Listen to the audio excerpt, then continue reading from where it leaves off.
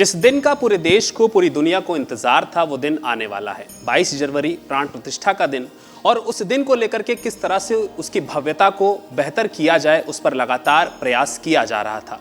फिलहाल 22 जनवरी को जो प्राण प्रतिष्ठा होनी है, उसके पहले भी कर्मकांड की पूजाएं होंगी और उसके लिए भी एक पूरी टीम तैयार की गई है।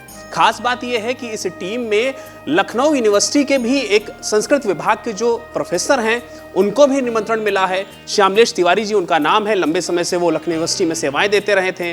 अब वो कर्मकांड की जो पूजा होगी उसमें सम्मिलित होंगे और इस पूरी प्राण प्रतिष्ठा के कार्यक्रम के दौरान वहां पर मौजूद रहेंगे। हमारे साथ वो इस वक्त मौजूद है, उनसे जानने की कोशिश करते हैं कि आखिर क्या अनुभव रहा निमंत्रण मिलने के बाद से अब तक का, और अब कितनी उत्सुकता उनके अंदर है। सर, बहुत स्वागत है आपका। सबसे पहले तो आपको बहुत बधाई, क्योंकि एक बहुत ही बड़ा अवसर, क्योंकि सभी को इसका इंतजार था और जिसको निमंत्रण मिल रहा है वो कहीं ना कहीं बहुत ही भाग्यशाली है। भाग्यशाली तो पूरा देश है, सनातन है, लेकिन आपको निमंत्रण मिला और कर्मकांड की पूजा का हिस्सा आप होंगे। कैसा लग रहा है?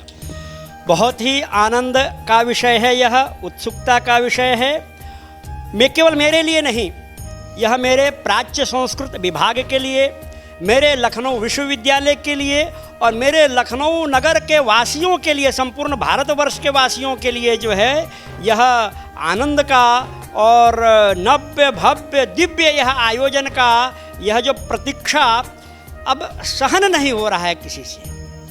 वो चाह रहे हैं कि 22 जनवरी 22 को नहीं, आज ही, कल ही आ जाए, अभी आ जाए। यह प्रतीक्षा, यह उत्सुकता है। परंतु समय जो जिसको हम काल कहते हैं वो आपका उसका निर्धारित है।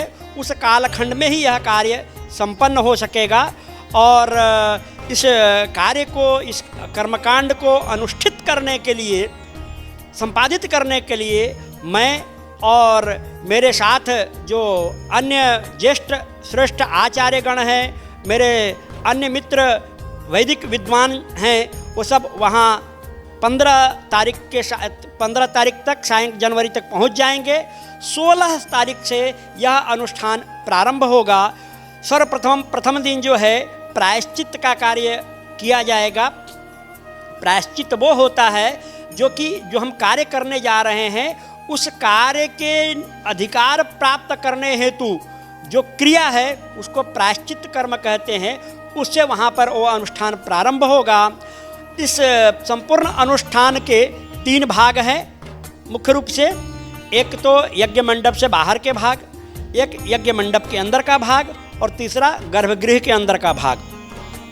उसमें प्रथम जो गर्भगृह से मंडप से बाहर का जो कार्य है, उस दिन प्रायश्चित और पंचांग पूजन, आचार्य वरण आदि यह कार्य होगा।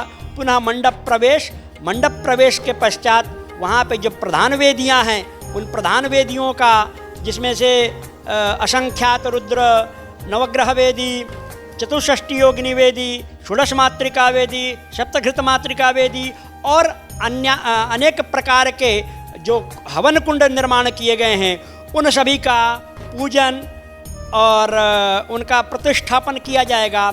उसके पश्चात वहाँ पर अग्नि स्थापन का कार्य होगा। वो बहुत ही महत्वपूर्ण और बहुत ही शास्त्रीय विधि विधान से वह कर्म किया जाता है। उसमें सामान्यतः हवन करने के लिए माचिस से या कोई दिया सलाई से उस अग्नि को स्थापित नहीं करते हैं।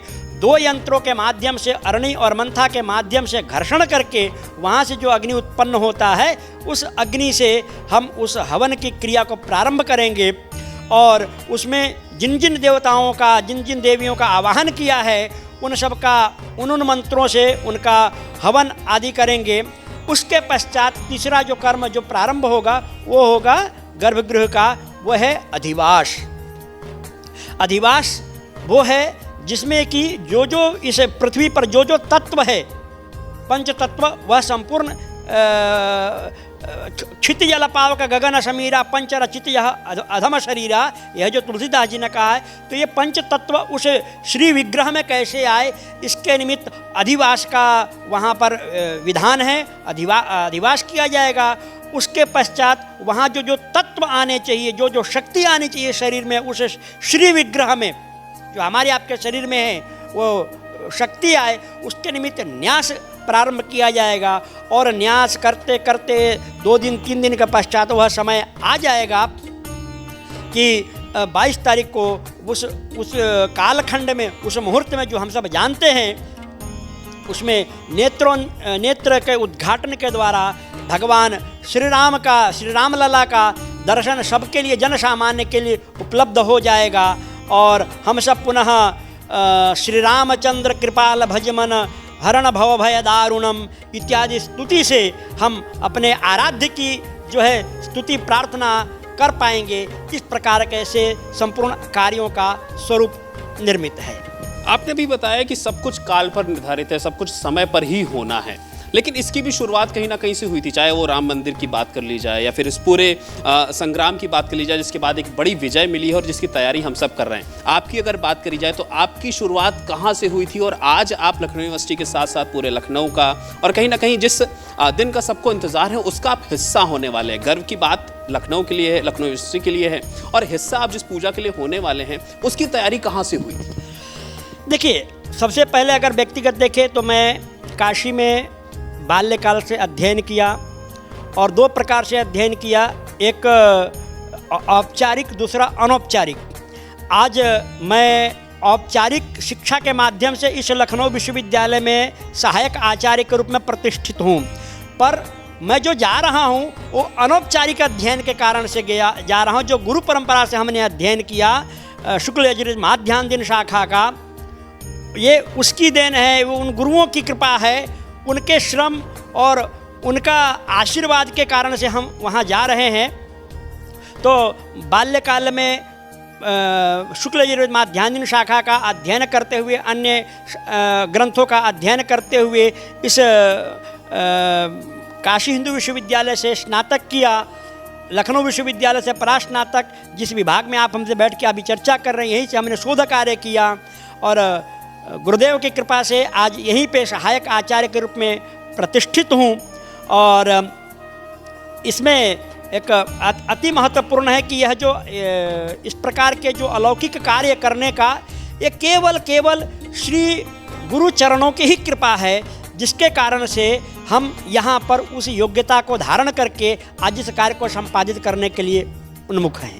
लगभग जितने भी लोग हैं, चाहे हम लोग हों या फिर कोई और, सब चाह रहे हैं कि उनको आमंत्रण मिल जाए, सब चाह रहे हैं कि वो इस पूरी पूजा का हिस्सा बन जाए, वो अपनी आंखों से दर्शन कर सके।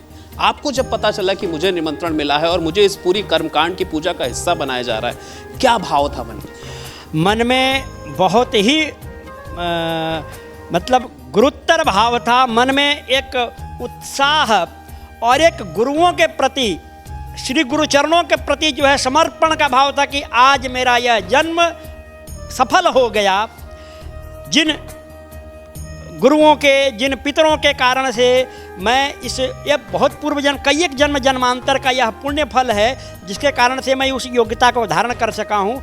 निश्चित रूप से मेरा ही नहीं, आप सबका ही यह पुण्य का पुण्योदय हुआ है, जिसके कारण से इस सुखद वेला का दर्शन, भगवान राम का दर्शन आप कर पा रहे हैं। ये आज आप हमारी बाइट ले रहे हैं या चर्चा कर रहे हैं, यह भगवान राम का ही कार्य है। और यह कार्य केवल आप इस जन्म में नहीं कर रहे हैं, यह बहुत जन्म जन्मांतर में भगवान राम के लिए आपने कार्य किया है। इसलिए भगवान ने आपको नियुक्त किया कि मेरा कार्य करो, राम काज करो। और राम काज करबे को आतुर जो है, आतुरता आप में क्यों आई है? क्योंकि यह जन्म जन्मांतर का पूर्व का जो है पुण्य फल है, और यह पुण्य फल जो है हमें और पूरे भारतवासियों, पूरे विश्ववासियों को, विश्व के लोगों को यह भाव जागृत कर के भगवान राम का दर्शन हो जाए, राम का दर्शन, मैं किसी भी प्रकार से राम का कार्य मैं कर सकूं। आपको ज्ञात होगा, मैं भी सोशल मीडिया और मीडिया के माध्यम में ज्ञात हुआ कि काशी के कुछ भिक्षुक जन जो है, करीब 10-12 भिखारियों का ग्रुप जो है भिक्षा मांग के 4 लाख रुपए जो है राम मंदिर के लिए भेजा था। सुना ही है, सत्यता क्या है मुझे ज्ञात नहीं। उन सब करीब 12-15 लोगों को राम मंदिर जो यह जन्मभूमि तीर्थ क्षेत्र है, यह विशेष आमंत्रण करके उनको आमंत्रित किया है, उनको वहाँ पर प्रतिभाग करने के लिए, आने के लिए आमंत्रित किया है।